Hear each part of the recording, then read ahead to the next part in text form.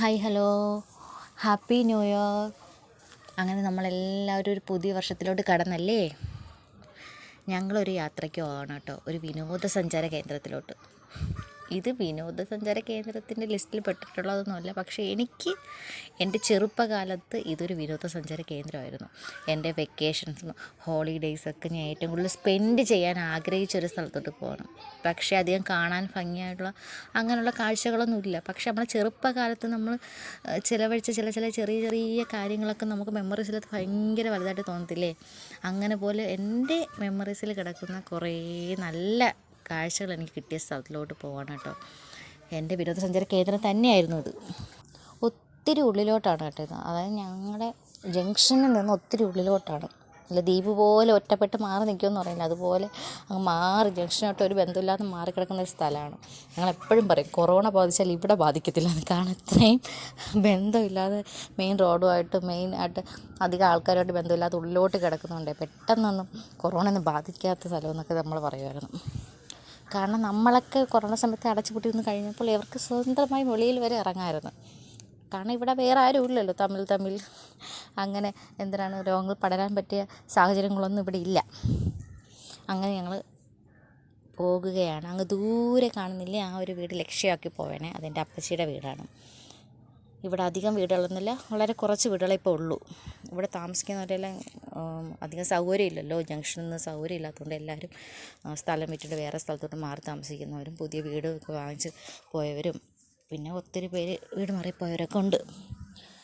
ഇത് എൻ്റെ അപ്പച്ചിയുടെ വീടിൻ്റെ പുറകു വശത്തോട്ടാണ്. ഇപ്പോൾ എപ്പോഴും വന്നാലും പുറകിലോട്ടാണ് ഞാൻ പോകുന്നത്. കാരണം എനിക്ക് ആ പുറകിൽ നിന്ന് കാണുന്ന വ്യൂ ഭയങ്കര ഇഷ്ടമാണ്. ആ കാഴ്ച ഒരു മല പോലെ കാണുന്നില്ലേ. അവിടെ മുമ്പ് നല്ല റബ്ബർ തോട്ടമായിരുന്നു. ഇപ്പം ആ റബ്ബറൊക്കെ മുറിച്ചിട്ട് തൈ റബ്ബർ വെച്ചിട്ടുണ്ട്. നല്ല കാറ്റാണ്, ഒരു നല്ലപോലെ വെയിലും നല്ലപോലെ കിട്ടുന്നുണ്ട്. പക്ഷെ ഇവിടെ ഇന്ന് കാഴ്ചകൾ കാണാൻ ഭയങ്കര ഇഷ്ടമാണ്. ആ കാണുന്നൊരു മലയില്ലേ, അതിനപ്പുറത്ത് വീടുകളൊക്കെ ഉണ്ട് കേട്ടോ. അവിടെ മെയിൻ റോഡ് പോലെയൊക്കെ കൊണ്ട് ബസ്സൊക്കെ പോകുന്ന റൂട്ടുണ്ട്. അക്കരെ ഇക്കരെ എന്നുള്ള രീതിക്കാണ് കാണുന്നത്. പക്ഷെ ഇപ്പോൾ ഇവിടെ മൊത്തം കാട് പിടിച്ചപ്പോൾ ഒന്നും അറിയാൻ വയ്യ. പക്ഷേ ഈ കാട് ഫുള്ള് ഞങ്ങൾ കവർ ചെയ്ത് ഓടിയിട്ടുള്ള സ്ഥലങ്ങളാണ്. ഈ റബ്ബർ തോട്ടം മുഴുവൻ ഞാൻ അപ്പച്ചിയുടെ മക്കളൊക്കെ ഉള്ള സമയത്ത് ഞാനിവിടെയൊക്കെ ചെറുപ്പകാലത്ത് നമ്മളിവിടെ ഈ കാട് ഫുള്ള് കവർ ചെയ്ത് ഓടിച്ചാടി നടന്നുള്ള സ്ഥലമാണ്. എൻ്റെ മൂലയും നമ്മൾ പോയി കളിക്കുമെന്ന് പറഞ്ഞില്ലേ, എല്ലായിടത്തും പോയി കളിച്ചിട്ടുള്ള സ്ഥലങ്ങളാണ്. പക്ഷേ ഇപ്പം മൊത്തം കാടായി. അങ്ങോട്ടൊന്നും പോകാൻ ഭയങ്കര മുള്ള് കാടിനകത്തോട്ട് കയറുമ്പോൾ. ഇതൊക്കെ ഇപ്പോഴും റബ്ബർ വെട്ടിക്കൊണ്ടിരിക്കുന്ന സ്ഥലമാണ് കേട്ടോ. പക്ഷെ ഭയങ്കര പന്നിശല്യമുണ്ട്, കാടായതുകൊണ്ട് നല്ല പന്നിശല്യമുണ്ട്. അങ്ങനെ ഞങ്ങളെ ഓർമ്മകൾ ഏറ്റവും കൂടുതൽ ഇവിടെ കിടക്കുകയാണ്. ഇവിടെ വരുമ്പോൾ പ്രത്യേകിച്ച് ഇവിടെ കാണാൻ അങ്ങനെ ഒന്നുമില്ല. എനിക്ക് പുറത്തു നിന്ന് വരുന്നവർക്ക് ഇതെന്താ കാണാനുള്ളതെന്ന് തോന്നും. പക്ഷേ എനിക്ക് എൻ്റെ ഓർമ്മകൾ നിറയുന്ന സ്ഥലമാണ്. എൻ്റെ ചെറുപ്പകാലത്ത് ഞാൻ ഏറ്റവും കൂടുതൽ എൻജോയ് ചെയ്തത് ഇവിടെ നിന്നപ്പോഴാണ്. അത്രയ്ക്ക് ഇഷ്ടമാണ് എനിക്ക്. അവിടെ മൊത്തം കാട് കയറി. ഇപ്പം അധികമൊന്നുമില്ല. പിന്നെ ഞങ്ങൾ ഇടയ്ക്ക് വിറകില്ലാത്ത സമയത്ത് വിറക് കളക്ട് ചെയ്യാൻ വേണ്ടി വരും കേട്ടോ. കാരണം വിറക് ഇറക്കി ഞങ്ങൾ വണ്ടിയിലാക്കി കൊണ്ടുപോകും. കാരണം നല്ല കാറ്റൊക്കെ ഉള്ള സമയത്ത് ഇങ്ങനെ വിറകൊക്കെ ഒടിഞ്ഞ് വീഴും. ചുള്ളി വിറകൊക്കെ കാണുമല്ലോ റബ്ബറിൻ്റെയൊക്കെ.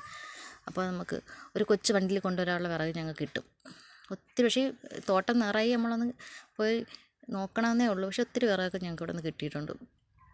ആ പോകുന്നത് എൻ്റെ മകനാണ്, എൻ്റെ മൂത്ത പുത്രൻ. എനിക്ക് മുന്നേ തോട്ടിലോട്ട് എത്താനുള്ളൊരു വെപ്രാളത്തിൽ ഓടിപ്പോവുകയാണ്. അവിടെ താഴെ ഈ കാണുന്ന പാറയുടെ താഴെ ഒരു തോടുണ്ട് കേട്ടോ. കാരണം പണ്ട് നമ്മളിവിടെ വരുന്ന സമയത്ത് ഞങ്ങൾ കുളിക്കാനൊക്കെ പോകുന്ന ആ തോട്ടിലോട്ടാണ്. അതുപോലെ ഈ താഴോട്ട് കാണുന്ന സ്ഥലം ഫുള്ള് വയലായിരുന്നു. ഇപ്പോൾ അവിടെ ഫുള്ള് റബ്ബർ വെച്ചു. അന്ന് വയലായിരുന്നു, നെൽകൃഷിയൊക്കെ ഉണ്ടായിരുന്നു. എങ്കിലും എൻ്റെ ഒരു അറിവായതിനു ശേഷം ആ നെൽകൃഷി പിന്നെ കുറഞ്ഞിട്ട് പിന്നെ കൂടുതലും മരിച്ചീനി കൃഷിയും വാഴയൊക്കെ ഉണ്ടല്ലോ, അങ്ങനെയുള്ള കൃഷികളൊക്കെ ആയിരുന്നു. എൻ്റെ പപ്പയുടെ പപ്പയൊക്കെ അന്ന് പാട്ടത്തിനൊക്കെ എടുത്തിട്ട് അവിടെ മരിച്ചീനി കൃഷി ചെയ്യുമായിരുന്നു. അങ്ങനത്തെ സ്ഥലമായിരുന്നു. ഇപ്പോൾ ഫുള്ള് റബ്ബറൊക്കെ വെച്ചു. ഇപ്പോൾ ആ പണ്ടത്തെ ഭംഗിയൊന്നുമില്ല. ഒരു മൂകത പോലെ നമുക്കിപ്പം തോന്നും. അതായത് താമസമില്ലാത്ത വീട് പോലെ, എന്ന് വെച്ചാൽ ഒരാളനക്കം ഇല്ലാതെ കിടക്കുന്ന സ്ഥലം പോലെ നമുക്ക് തോന്നും. കാരണം ഇപ്പം അധികാരം ഇങ്ങോട്ട് അങ്ങനെ വരുന്നില്ലല്ലോ. അങ്ങനെ ഞങ്ങൾ തോട്ടിലോട്ട് പോവുകയാണ്. എൻ്റെ ഒത്തിരി ഓർമ്മകൾ നിറഞ്ഞ സ്ഥലം. ഞങ്ങൾ ഈ തോട്ടിൽ ഇവിടെ വരുമ്പോൾ ഈ തോട്ടിൽ വന്ന് കാരണം ഞങ്ങൾ താമസിക്കുന്ന സ്ഥലത്ത് ഇങ്ങനെ തോടുകളൊന്നും ഇല്ല കേട്ടോ. അപ്പോഴും എനിക്ക് ഇവിടെ വരുമ്പോഴാണ് ഈ തോടൊക്കെ കാണുന്നത്. ഈ തോട്ടിൽ കുളിക്കാനും കളിക്കാനും കിട്ടുന്ന അവസരം നമുക്ക് ഇവിടെ വരുമ്പോഴാണ്. പിന്നെ നമുക്ക് അന്നത്തെ കാലത്ത് അങ്ങനെ നമ്മൾ പാർക്കിലോ ബീച്ചിലൊന്നും കൊണ്ടുവന്ന സമയം ഇല്ലായിരുന്നല്ലോ. അന്നൊക്കെ ഉണ്ടായിരുന്നൊന്നുമില്ല എനിക്കറിയത്തില്ല. പക്ഷേ അതുകൊണ്ട് നമുക്ക് ഏറ്റവും കൂടുതൽ എൻജോയ് ചെയ്യുന്ന ഇങ്ങനെ ബന്ധുക്കളെ വീട്ടിൽ പോകുന്ന കിട്ടുന്ന നിമിഷങ്ങളല്ലേ. എൻ്റെ പുത്രൻ തോട്ടിലിറങ്ങാനൊക്കെ നോക്കുന്നുണ്ട്. ഞാൻ തോട്ടിൽ വെള്ളത്തിലധികം ഇറക്കിയില്ല കേട്ടോ. കാരണം എന്ന് വെച്ചാൽ വെള്ളം കെട്ടിക്കിടക്കുന്ന വെള്ളം ഇപ്പം ആരും അങ്ങനെ കുളിക്കുന്നൊന്നും ഇല്ലല്ലോ. നമ്മൾ ഒഴുക്ക് വെള്ളമാണെങ്കിൽ കുഴപ്പമില്ല, നമുക്ക് അഴുക്കൊക്കെ പോവും. ഇങ്ങനെ അഴുക്ക് കെട്ടിക്കിടക്കത്തില്ല. ഇത് കെട്ടിക്കിടക്കുന്നുണ്ട്. വെള്ളമൊക്കെ ഒത്തിരി കുറഞ്ഞു, നല്ല വെള്ളമൊക്കെ കുറഞ്ഞു. അപ്പോൾ ഉള്ള വെള്ളം കെട്ടിയും കൂടെ കിടക്കുന്നുണ്ട്. നമ്മൾ എന്നും തോട്ടിലെ വെള്ളത്തിൽ കുളിക്കുകയെടുക്കുകയും ചെയ്യുന്നതല്ലല്ലോ. അപ്പം കുഞ്ഞ് ചിലപ്പോൾ ഇറങ്ങുമ്പോൾ അവരെ കാലിന് സ്കിന്നിന് ചിലപ്പോൾ അത് പറ്റണമെന്നില്ല, ചിലപ്പോൾ ചൊറിച്ചിലൊക്കെ ഉണ്ടായാലോ എന്ന് വിചാരിച്ച് ഞാൻ അധികം വെള്ളത്തിൽ അങ്ങനെ ഇറക്കിയിട്ടില്ല. എങ്കിലും അവൻ അവിടെ കയറി ചാടിയെ കളിക്കുന്നുണ്ട്. ഇവിടെയുള്ള ഓരോ കല്ലുകളുണ്ടല്ലോ, ഇതൊക്കെ തുണി കഴുകാൻ വേണ്ടി ഓരോരുത്തർ വെച്ചിരിക്കുന്ന കല്ലുകളാണ്. പണ്ട് കാലത്തേ ഉള്ള കല്ലുകളാണ് കേട്ടോ. ഞങ്ങൾ അപ്പച്ചനും മക്കളുള്ള സമയത്ത് നമ്മളെപ്പോഴും പറയും ഇത് എൻ്റെ കല്ല്, ഇത് നിൻ്റെ കല്ലെന്നൊക്കെ പറഞ്ഞിട്ട് നമ്മൾ തുണി കഴുകാനൊക്കെ വന്നിരിക്കുന്ന ഒരു സമയം ഉണ്ടായിരുന്നു. ഇപ്പം അധികം ആരും ഇങ്ങോട്ടൊന്നും വരുന്നില്ല. ഈ കാണുന്ന പാറയില്ലേ, ആ പാറയിൽ അവിടെ ഒരാൾ നിൽക്കുന്നില്ലേ, അതാണ് എൻ്റെ ഭർത്താവ്, എൻ്റെ അച്ചാച്ചൻ. ഞാൻ അച്ചാച്ചൻ എന്നാണ് വിളിക്കുന്നത് കേട്ടോ എൻ്റെ ഭർത്താവിനെ.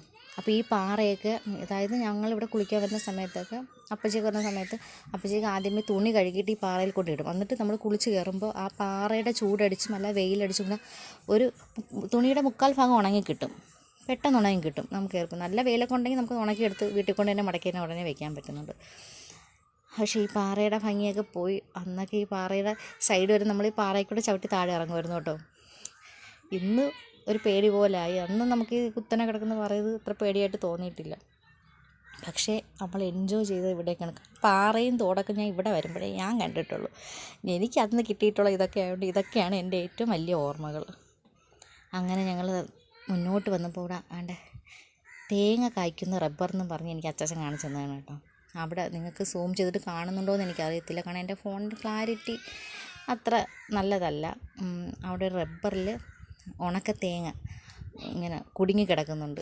തെങ്ങിൽ നിന്ന് വീണ സമയത്താണ് കുടുങ്ങി കിടക്കുന്നുണ്ട്. അങ്ങനെ അച്ചാച്ചൻ പറഞ്ഞിട്ട് തേങ്ങ കായ്ക്കുന്ന റബ്ബറെന്ന്. പിന്നെ അത് തള്ളിയിടാൻ നോക്കുന്ന ശ്രമത്തിലാണ് പുള്ളിക്കാരൻ. 1-2 എറിഞ്ഞിട്ട് കൊള്ളുന്നില്ല, കല്ല് പറക്കിയൊക്കെ. എന്തായാലും അത് തള്ളിയിടും എന്നും പറഞ്ഞുകൊണ്ട് എറിയുകയാണ് കേട്ടോ.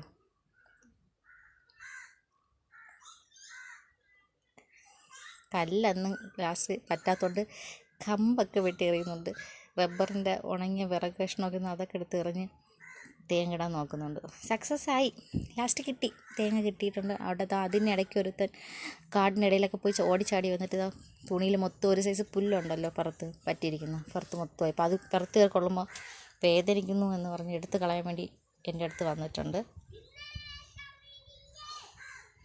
കുഞ്ഞുങ്ങൾക്കും കിട്ടട്ടെ അല്ലേ ഇങ്ങനത്തുള്ള നല്ല നിമിഷങ്ങൾ, ഇങ്ങനെയുള്ള നല്ല ഓർമ്മകളല്ലേ. നമ്മൾ പാർക്കിലും ബീച്ചിലും മറ്റ് ടൂറിസ്റ്റ് പ്ലേസിലൊക്കെ പോകുന്നതിനെക്കാട്ടും സന്തോഷമാണ് ഇങ്ങനെയുള്ള നമ്മുടെ വീടിനടുത്തുള്ളതും ബന്ധുക്കളുടെ വീട്ടിലൊക്കെ അടുത്ത് വരുമ്പോൾ നമ്മൾ അവിടെ ചിലവഴിച്ച ചില നിമിഷങ്ങൾ. അതുകൊണ്ട് ഇവിടെ ഒരു തോടുണ്ട് കേട്ടോ. ഇപ്പോൾ അച്ഛനെ മുന്നോട്ട് പോകുന്ന സ്ഥലത്തോട്ട്, അത് അക്കരെ തോട്, വലിയ തോടെന്ന് പറയുന്നത് അവിടെയാണ്. പക്ഷെ അങ്ങോട്ട് പോകാൻ പറ്റുന്നില്ല, ഭയങ്കര കാട്. അച്ഛൻ പകുതി മുക്കാലും അങ്ങോട്ട് പറ്റുന്നില്ല എന്ന് പറഞ്ഞ് തിരിച്ചു വന്നിട്ടുണ്ട്.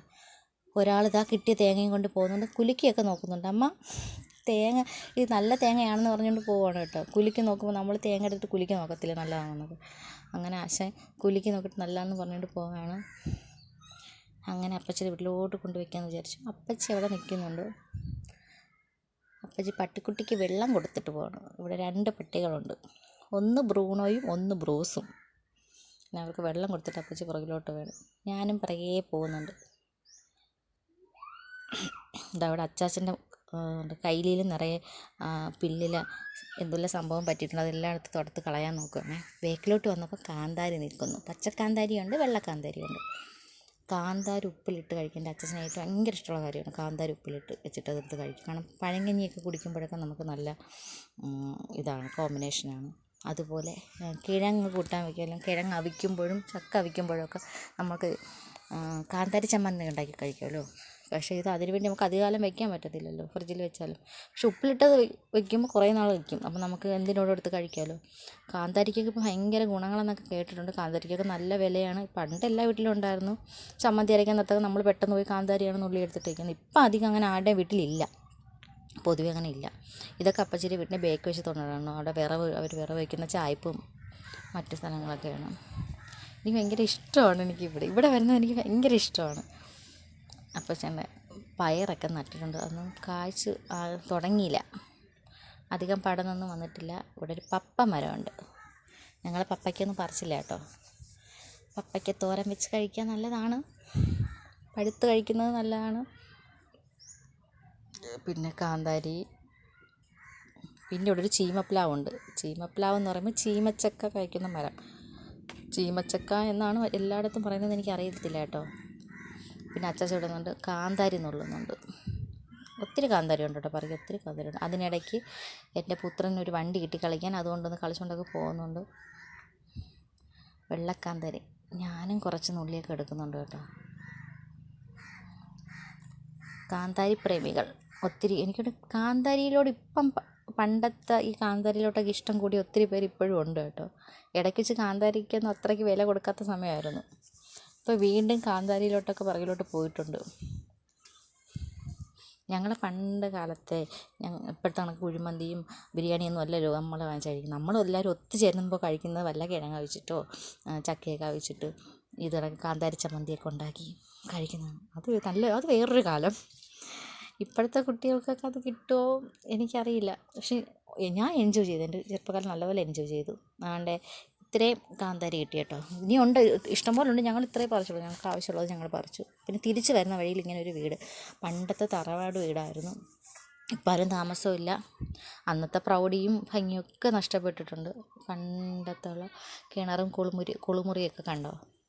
ഈ കുളിമുറിയിൽ പണ്ട് കാലത്ത് കുളിമുറിയിൽ ഇങ്ങനെ വെളിയിൽ ഇങ്ങനെ ഒരു സാധനം കെട്ടിയിരിക്കും കേട്ടോ. കാരണം നമ്മൾ കിണറ്റിൽ നിന്ന് വെള്ളം കോരിയിട്ട് ഇതുവഴി ഒഴിക്കും. അപ്പോൾ അകത്ത് ഇങ്ങനെ ചതുരത്തിന് കെട്ടിയിട്ടുണ്ട് സിമൻറ്റ് വെച്ച്. അപ്പോൾ അതിനകത്ത് വെള്ളം നിറഞ്ഞിരിക്കും. അപ്പോൾ അകത്തേറുമ്പോൾ നമുക്ക് അതിനകത്ത് നമ്മൾ കോരി കുളിക്കും. അങ്ങനെയൊക്കെ ഉണ്ടായിരുന്നു. പിന്നെ നമ്മൾ തിരിച്ച് വീട്ടിലോട്ടിന് മടങ്ങുകയാണ്. യാത്ര കഴിഞ്ഞു. കാണാണ്ട് ഈ യാത്രയിൽ ഇങ്ങനെ ഞങ്ങൾ കാണിക്കുന്നുണ്ട്. ഇവിടെയൊന്നും അധികം വീടുകളില്ല. ഇനി മുകളിലോട്ട് ചെല്ലുമ്പോൾ 1-2 വീടുകളൊക്കെ അവിടെ ഉള്ളൂ. ഇതെല്ലാം റബ്ബർ തോട്ടമാണ് കേട്ടോ.